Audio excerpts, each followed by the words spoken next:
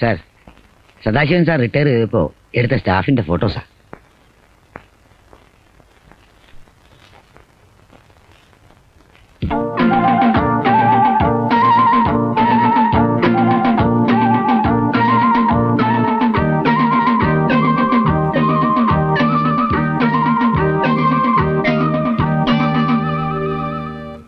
ഇതാ ഞാൻ പറഞ്ഞത്, ബുദ്ധിയുണ്ടെങ്കിൽ ഏത് കൊല കൊമ്പനെയും നമുക്ക് തളയ്ക്കാൻ ഒക്കും. സത്യം പറയാലോ, ജീവിതത്തിൽ ആദ്യമായിട്ട് ഈ ഒരു ഐഡിയക്ക് നിന്നോട് എനിക്ക് ബഹുമാനം തോന്നുന്നുണ്ട്. വലിയൊരു ബുദ്ധിരാശ്വസൻ. ജോലി പോകാതെ രക്ഷിച്ചാൽ നീ എന്റെ കാല് പിടിക്കണ്ട. അല്ല, കുഴപ്പമില്ല. കാര്യം കാണാൻ കഴുതക്കാല് പിടിക്കണമെന്നൊരു ശാസ്ത്രമുണ്ടേ. അങ്ങനെയല്ല, കാര്യം കാണാൻ കഴുത കാലും പിടിക്കണമെന്ന്.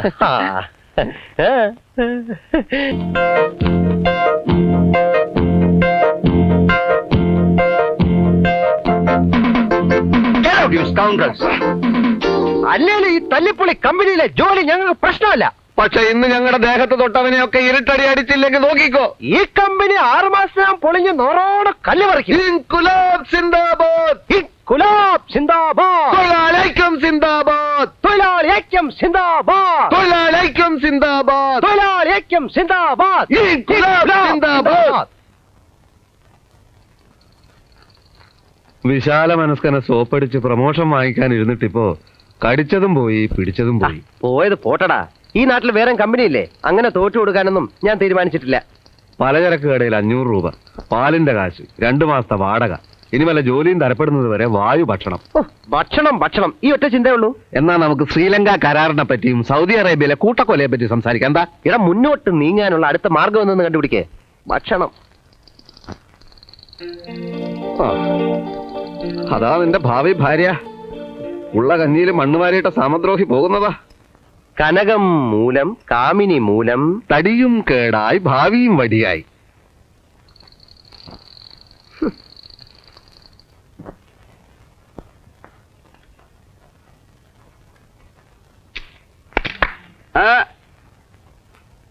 ഞാൻ ആഫീസിൽ പോയിരുന്നു.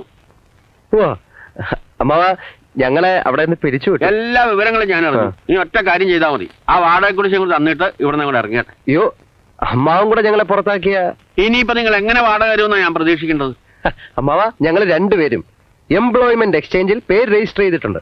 ഓ, എന്നാ പിന്നെ പേടിക്കണ്ട. മരിക്കണതിന്റെ തലേ ദിവസം ഓർഡർ വരും. എടോ, നിങ്ങൾ ശുദ്ധ ദുരഭിമാനികളാ. ഇക്കാലത്ത് 4 അക്ഷരം പഠിച്ചോ അവൻ പോക്ക.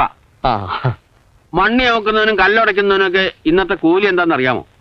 മക്കളെ, സർക്കാർ ഉദ്യോഗസ്ഥന് വായും പൊളിച്ചു നിൽക്കുന്നവൻ മൂഢനാ. സ്വന്തമായി എന്തെങ്കിലും ചെയ്ത് 4 കാശുണ്ടാക്കാൻ നോക്കും. അങ്ങനെ അങ്ങ് തറയാകാൻ നോക്കുവോ?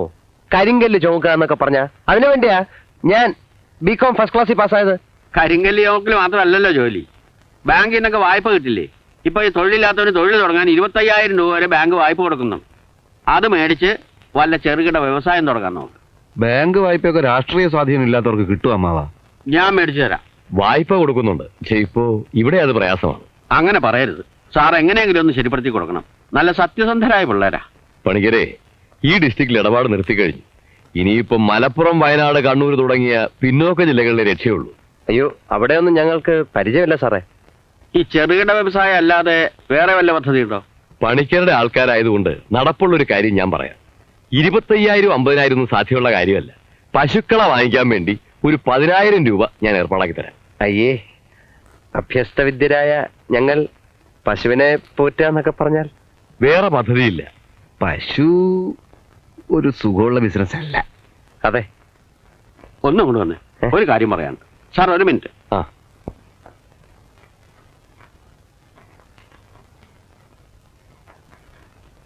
എന്ത് ഭോഷന്മാരാണോ നിങ്ങൾ? വല്ല വിചാരം നിങ്ങളൊന്ന് രക്ഷപ്പെടുത്താന്ന് വെച്ചാൽ സമ്മതിക്കില്ല അല്ലേ? പശുവിന് എന്താ കുഴപ്പം? ഒരു പശുവിന്റെ പാല് വിറ്റ് കച്ചവടം തുടങ്ങിയവനാ ഞാൻ. ഇപ്പൊ എന്റെ തൊഴുത്തിലൊന്ന് വന്ന് നോക്ക്. ഘടാഘടിയന്മാരായ 50 പശുക്കൾ നിന്ന് വിലസുന്നു. മാർക്കറ്റിൽ 5 മുറി കടവണതു, 3-4 വീട് കെട്ടി. ഇതെല്ലാം ആ മിണ്ടാപ്രാണികളുടെ പാല് വിറ്റ കാശുകൊണ്ടാ നിങ്ങൾ താമസിക്കുന്ന വീട് ഉൾപ്പെടെ. അറിയാമോ? അറിയില്ല. എന്നാ അറിയണം. 10,000 10,000 മേടിച്ചെടുക്കാൻ നോക്ക്. ദിവസേന 25 ലിറ്റർ പാല് കറക്കണ നല്ല 1-ാം തരം 2 ആസ്ട്രേലിയൻ പശുക്കളെ ഞാൻ നിങ്ങൾക്ക് തരാം. ദിവസം എന്ത് ലാഭം വരും? മുഴുവൻ ലാഭം തന്നെയാ. തിരി കഴിഞ്ഞാൽ പിണ്ണാക്ക്, തിരി പരത്തി കുരു, തിരി തവിട്, ഇത്രയും കൊടുത്താ പിന്നെ പാല് ശറ വറാന്നും പറഞ്ഞ് ഒഴുകുകയായി. ലാഭം കിട്ടുന്ന ഏർപ്പാടാണെങ്കിൽ പശുവോ എരുമയോ എന്നൊന്നും നോക്കേണ്ട കാര്യമില്ല. ഈ 10,000-ന് എത്ര പശുക്കളെ കിട്ടും? 25 ലിറ്റർ വീതം കറവുള്ളതല്ലേ, 2 ഞാൻ തരാം. ദിവസേന 50 രൂപ വെച്ച് ബാങ്കിലടക്കാൻ പറ്റുമോ? എന്താ പറ്റാത്ത? നമ്മൾ കാലത്തും വൈകുന്നേരം കൂടെ കറന്നാൽ പണിക്കരമ്മാൻ പറഞ്ഞത് പോട്ട് ആ. ഒരു 30 ലിറ്റർ പാല് കിട്ടും. ആ. 1 ലിറ്ററിന് 5 രൂപ, അപ്പൊ 30 ലിറ്ററിന് 150 രൂപ. ബാങ്കിൽ അടയ്ക്കേണ്ടത് 50 രൂപ, പിന്നെ പരുത്തിക്കുരുവും പിണ്ണാക്കെല്ലാം കൂടെ 20 രൂപ, ആ. കറവക്കാരന് 10 രൂപ. ആ. അപ്പൊ 50, 20, 10, 80 രൂപ. ബാക്കി എത്ര ഉണ്ട്? 70. ലാഭമാണോ? ഉവ്വ്. അപ്പൊ മാസത്തിൽ 2,100 രൂപ മിച്ചം. ആ. പിന്നെ നീ എന്താ നിന്റെ പേരിൽ വായ്പ വേണ്ടെന്ന് വാശി പിടിച്ചത്? നീ എന്നേക്കാൾ ഭാഗ്യവാനായതുകൊണ്ട്. ആണോ? ഞാനേ ആയില്യം നക്ഷത്രമാ. ഓഹോ. ആയില്യം നക്ഷത്രക്കാർക്ക് ലോൺ എടുക്കാൻ പാടില്ല. അത് ശരി. 4 കൂടി എങ്ങോട്ടാ? ഞങ്ങള് 4 പേരും കൂടെ കാശിക്ക് പോവാ. വരുന്നോ? 5 ആളാവാം. തമാശ പറഞ്ഞതാ. അയാളും കൂടെ എവിടെ പോവാന്ന്. പോയേ.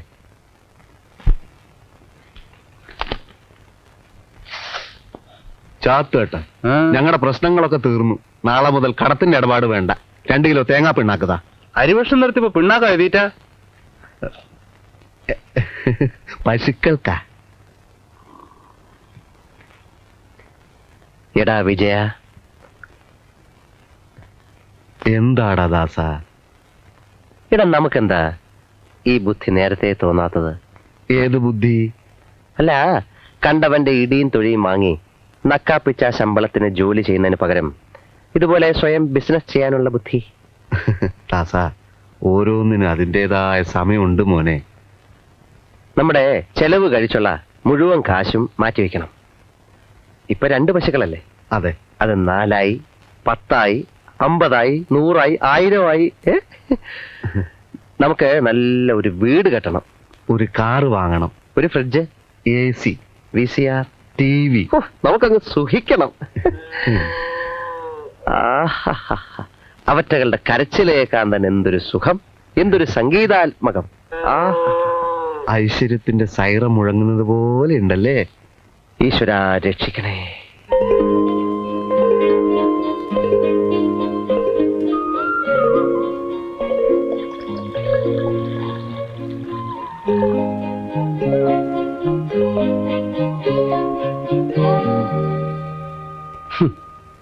അകിടിന്റെ ലക്ഷണം കണ്ടിട്ട് ഈ പറയുന്ന 40-50 നടപ്പുള്ള കാര്യമല്ല സാർമാരെ.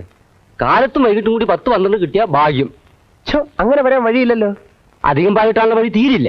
അങ്ങനെയല്ലല്ലോ പണിക്കരമ്മാവൻ പറഞ്ഞത്. എന്നാ അങ്ങനെ ഒന്ന് നടക്കാൻ പറ. അതെ, ആക്ച്വലി ഇതിപ്പോ എത്ര ലിറ്റർ കാണും? 6 ലിറ്റർ ഉണ്ടാവും. അയ്യോ, ചുരുങ്ങിയതൊരു 10 ലിറ്ററെങ്കിലും രാഘവേട്ടന്റെ കടയിൽ കൊടുത്തേ പറ്റൂ. ബാക്കി വെള്ളം ചേർത്താ മതി. തമ്മുണ്ടാവില്ലേടോ? അങ്ങനെ വഞ്ചിച്ചുള്ള ലാഭം ഞങ്ങൾക്ക് വേണ്ട. ഞങ്ങൾ അങ്ങനത്തെ പാർട്ടീസ് അല്ല. എന്നാ ഞാൻ ഈവനിങ് വരാം. വിജയ, ഇതിപ്പോ ഒരു 8 ലിറ്ററെങ്കിലും രാഘവേട്ടന് കൊടുത്തില്ലേ എങ്ങനാ? നമുക്ക് കുറച്ച് വെള്ളം ചേർക്കാം. അയ്യേ, കുറച്ച് വെള്ളം ചേർക്കാം. നല്ല മുഴുപ്പുള്ള പാലാ. കുറച്ച് ചേർക്കാം അല്ലേ? ചേർക്കാം. ചേർക്കാം.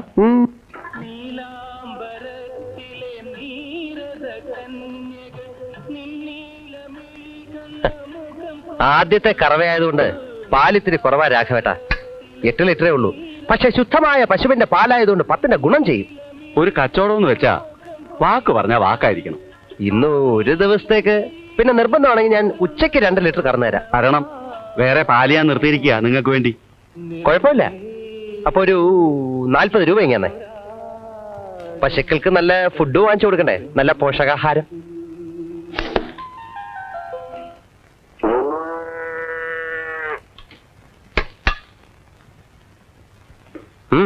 അച്ഛൻ പറഞ്ഞു ഇതിലും ഭേദം കട്ടപ്പാറയായി കക്കാൻ ഇറങ്ങുന്നതാണെന്ന്.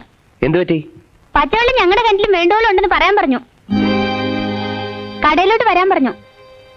വന്നില്ലേ നാട്ടുകാരും കൂട്ടി അച്ഛൻ ഇങ്ങോട്ട് വരുമെന്ന് പറയാൻ പറഞ്ഞു. നീ ആ രൂപ ഇങ്ങെടുത്തേ. നീ എടുത്തേ. അതെ, ഞങ്ങൾ ആരെയും കൊന്നിട്ടൊന്നുമില്ലല്ലോ. ഇത് അച്ഛൻ്റെ കൊടുത്തേക്ക് മോനെ. അതെ, പുറത്താരോടും പറഞ്ഞ് ഞങ്ങളെ നാറ്റിക്കരുതെന്ന് അച്ഛനോട് പറയാൻ പറഞ്ഞു എന്ന് പറ. ബാങ്കിൽ നിന്ന് കാശ് വാങ്ങി തന്നിട്ട് എന്നെ കള്ളനാക്കി എന്റെ വെക്കിട്ട് തരാൻ പറ്റുന്നോ? തൊഴുത്ത് മാറി കെട്ടിയാൽ ഏത് പശുവായാലും 3-4 ദിവസത്തേക്ക് അത്ര ചെറുത്തു. അങ്ങനെ ചെറുത്തുന്ന പശുവിനെ ഞങ്ങൾക്ക് വേണ്ടെങ്കിൽ പോയി കേസ് കൊടുക്കും. അമ്മാവ, ഇത് ഞങ്ങളോട് വേണ്ടായിരുന്നു. ആ കറവക്കാരനോടെ ഇത്തിരി നെയ്യും കൂട്ടി നല്ലോണം പിഴിഞ്ഞ് കറക്കാൻ പറയാം. അതൊക്കെ പറഞ്ഞതാ. ഇനിയും പറ. എന്നാ നിങ്ങൾ വന്ന് കറക്ക്. അതേ നിന്റെ മറ്റവനോട് പറഞ്ഞോ. തന്നോട് ദൈവം ചോദിക്കും. പിന്നെ ദൈവത്തിന് അതല്ലേ ജോലി. ഇക്കാലത്ത് ഒരു ഉപകാരം ചെയ്യാൻ പാടില്ല.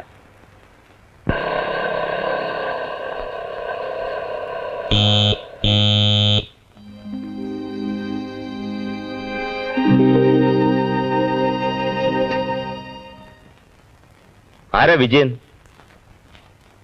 ബാങ്ക് മാനേജർ ചെല്ലാൻ പറഞ്ഞു. തവണ മുടക്കിയ പശുക്കളെ ജപ്തി. ഓ ബാങ്കിൽ നിന്നാണ്. ഞങ്ങള് നാളെ വന്ന് അടച്ചോളാം. ഡെയിലി അടയ്ക്കാവുന്നല്ലേ വ്യവസ്ഥ? ആ വ്യവസ്ഥക്കനുസരിച്ച് പാല് കിട്ടുന്നില്ല. അത് ഞങ്ങൾക്ക് അറിയണ്ട. ഈ ജപ്തി ചെയ്ത് കളയും എന്ന് പറഞ്ഞ് വിരട്ടൊന്നരുത്. ഈ പശു വ്യവസായത്തിൽ തൊഴുത്ത് കെട്ടാൻ ഇൻവെസ്റ്റ് ചെയ്തിരിക്കുന്നത് നമ്മളാണ്. ഒരു കൂട്ടു വ്യവസായമാകുമ്പോൾ നഷ്ടം വന്നാൽ രണ്ട് പാർട്ടീസും സഹിക്കണം. ബാങ്കിനെ വെട്ടിക്കാനാണോ ഉദ്ദേശം? ഉദ്ദേശമല്ല, പരിസ്ഥിതി. കുഴപ്പമില്ല, ഞങ്ങൾ നിയമ നടപടിയിലേക്ക് നീങ്ങാം. എന്നാ പിന്നെ അങ്ങനെ ആവട്ടെ. ഇത് വായിക്ക.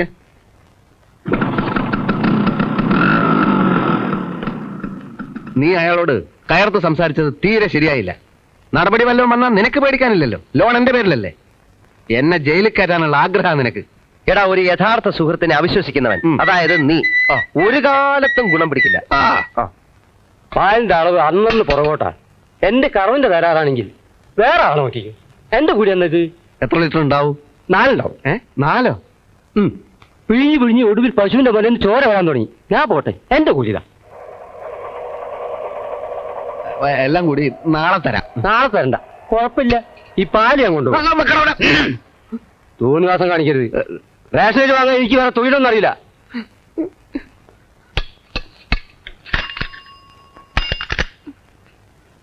എല്ലാത്തിനും കാരണം നീയാ. അതെ,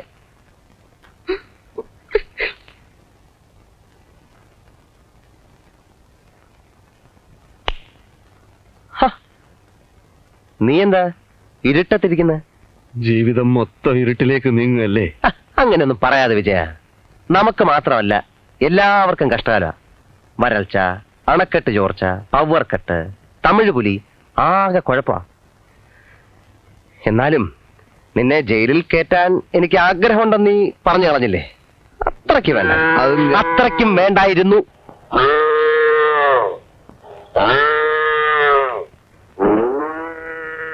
ജന്തുക്കള് ഇവറ്റകൾക്ക് രാത്രി ഉറക്കമില്ല. കൊലവിളി നടത്തുക, കൊലവിളി. എടാ, അതിന് പിണ്ണാക്കും വെള്ളവും ഒന്നും കൊടുക്കാഞ്ഞിട്ടാ. ഇച്ചിരി തേങ്ങാ പിണ്ണാക്ക് ബാക്കിയുണ്ടായിരുന്നത് ഞാനങ്ങ് തിന്നു. അത് ശരി. അതാ ഞാൻ നോക്കിയപ്പോ കാണാഞ്ഞത്.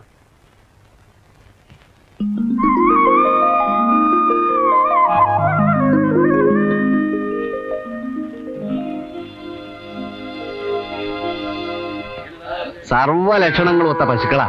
കാലത്ത് 20 ലിറ്റർ, വൈകുന്നേരം 20 ലിറ്റർ. കറന്ന് കാണിച്ചു തരാവോ? കറവക്കാരൻ വന്നില്ല, അതുകൊണ്ടാ. പിന്നെ ഞങ്ങൾ അങ്ങനെ വിശ്വസിക്കും? മനുഷ്യൻ മനുഷ്യനെ വിശ്വസിക്കണം. സത്വം നല്ലതാ, പക്ഷെ പശുക്കട അകിട് കണ്ട നിങ്ങൾ നുണ പറയാന്നേ തോന്നുന്നു. ഓ അത് ശരി. എന്നാ നിങ്ങൾ പോയട്ടെ, നിങ്ങൾക്ക് വിൽക്കുന്നില്ല. അല്ല, സത്യമായിട്ടും കറവ എത്രയുണ്ട്? നിങ്ങൾക്ക് വിൽക്കുന്നില്ലെന്ന് പറഞ്ഞില്ലേ? ഇയാളെ എവിടുത്തുകാരുണ്ടാ? 20 ലിറ്റർ പോലും. വടം വിജയ, ബാങ്കുകാർ ജപ്തി ചെയ്യുന്നതിന് മുമ്പ് വിറ്റ് കാശാക്കാം.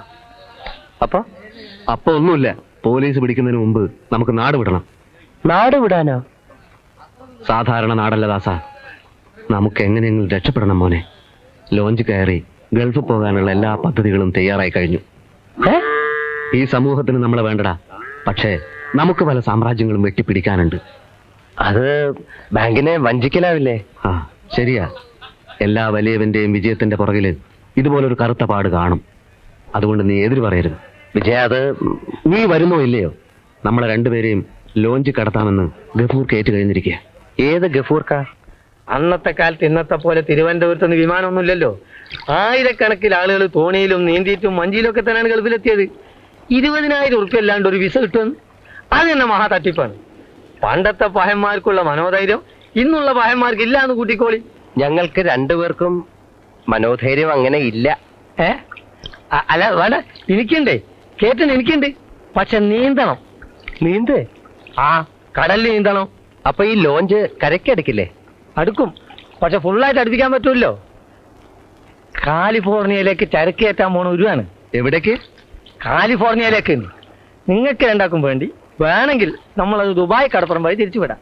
പിന്നെ കഷ്ടൊരു ഫർലോങ് നീന്തണം. അറബി പോലീസിന്റെ കണ്ണിൽപ്പെട്ടാൽ അതിന് അറബി പോലീസിലെ മൂക്കിന്റെ അകത്തേക്കല്ലല്ലോ നിങ്ങൾ നീന്തി കയറുന്നത്. പോലീസും കില്ലീസും ഒന്നും ഇല്ലാത്ത ഒരുപാട് കടപ്പുറം ഗൾഫിലുണ്ട്. അത് ഗഫൂറിന് നല്ലപോലെ അറിയാം. നിങ്ങളൊരൊറ്റ കാര്യം ചെയ്താൽ മതി. 2 അറബിന്റെ ഡ്രസ്സ് കരുതണം. അതെന്തിനാണാവോ? കര പറ്റിയാൽ ഉടനെ അറബിക്കുപ്പായ എടുത്തിട്ടോളി. അറബിക്കുപ്പായക്കാരൻ ഏത് പോലീസാണ് പിടിക്കുക? അതെ. പിന്നെ അത്യാവശ്യം ചില അറബി വാക്കുകൾ ഞാൻ ഇപ്പൊ പഠിപ്പിച്ചു തരാം. ഒന്നുമില്ല. അസ്സലാമു അസ്സലാമു അസ്സലാമു അലൈക്കും അലൈക്കും വ അലൈക്കും വ അലൈക്കും മുസ്സലാം ഉസലാം. മതി. പിന്നെ 7-ാം തീയതി ഉരു പുറപ്പെടുന്നതാണ്. പൈസ കൊണ്ടുപോകുന്നോളി. അല്ല ഗഫൂർക്ക, ഒരു പക്ഷേ പിടിച്ചു പോയാൽ? ആരെ പിടിക്കാൻ? ഇവിടെ പിടിക്കും എന്നുള്ള ഭയം ഉണ്ടായാൽ തന്നെ ആരെയും പിടിക്കും. അതുകൊണ്ട് പിടിക്കൂല എന്ന് വിശ്വസിച്ചോളി. നിങ്ങളെ ആരും പിടിക്കില്ല. പിടിക്കൂല. ഗഫൂറാണ് പറയണേ. ധൈര്യമായിട്ട് പോ. എന്നിട്ട് 7-ാം തീയതി പൈസ ആയിട്ട് പോവാ.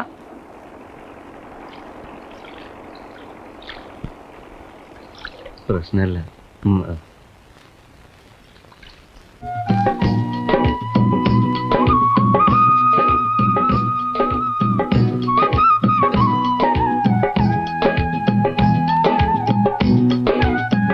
അമ്മേ,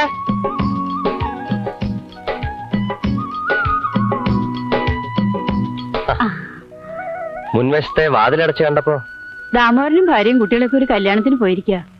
എവിടുന്നാ നീ ഇപ്പോ? ഈയിടെ നിന്റെ കത്തൊന്നും കാണാനില്ലല്ലോ. ഞാനിങ്ങനെ ഓരോ പ്രശ്നത്തിലായിരുന്നു. എപ്പോഴാ നിന്റെ പ്രശ്നങ്ങളൊക്കെ തീരുക?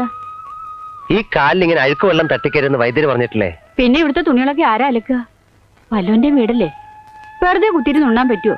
എന്നാലും ഞാൻ ആ ചെന്തമരിയുടെ ഇല കുറച്ച് പൊട്ടിച്ചോണ്ട് തട്ടെ. രക്തവാദത്തിന് ഈ ഇല കെട്ട് നടന്നിട്ട് ഒരു കാര്യമില്ല കുട്ടിയെ. നിന്റെ കാര്യമൊക്കെ എങ്ങനെയുണ്ട്? കയറ്റം കിട്ടുമോ? ആ ജോലി പോയമ്മേ. അതിശയില്ല. നിനക്കിപ്പോ ശനിദശയാ. കാവിൽ വെളിച്ചെണ്ണ നടന്നിട്ട് അതും കൂടി കത്തിക്കാൻ കഴിഞ്ഞില്ല. ഒക്കെ ശരിയാവും അമ്മേ, വെറുതെ പറയല്ല. നമ്മുടെ എല്ലാ ദുരിതവും തീരും. ഞാനിപ്പോ വന്നത് യാത്ര ചോദിക്കാനാ. എങ്ങോട്ട്? എങ്ങോട്ടെങ്കിലും പോണം. നാട്ടിൽ നിന്നിട്ട് കാര്യമില്ലമ്മേ. അത് വേണ്ട കുട്ടി. എങ്ങനെയെങ്കിലും രക്ഷപ്പെട്ടേ പറ്റൂ അമ്മേ. എന്നാലും ഇടയ്ക്കൊക്കെ നിന്നെ ഒന്ന് കാണാൻ പറ്റിയില്ലേല് എനിക്കെന്ത് മനസമാധാനമുള്ളേ? അമ്മ ഇത് വെച്ചോ. എനിക്കിപ്പോ ഒന്നും വേണ്ട. കാശുണ്ട് അമ്മേ. എനിക്ക് കുറച്ച് കാര്യങ്ങൾ ശരിപ്പെടുത്താനുണ്ട്. കൂടുതൽ സമയം നിൽക്കുന്നില്ല. ഞാൻ വിശദമായിട്ട് എഴുതാം. അപ്പൊ നീ പോവാണോ? ആ. വല്ലതും കഴിച്ചിട്ട്? വേണ്ട, അടുക്കള അവർ പൂട്ടിയിട്ടില്ല. ഞാൻ എന്തെങ്കിലും ഉണ്ടാക്കി തരാം. അതുകൊണ്ടല്ല, സമയമില്ല. ഞാൻ ചെന്നിട്ട് എഴുതാം.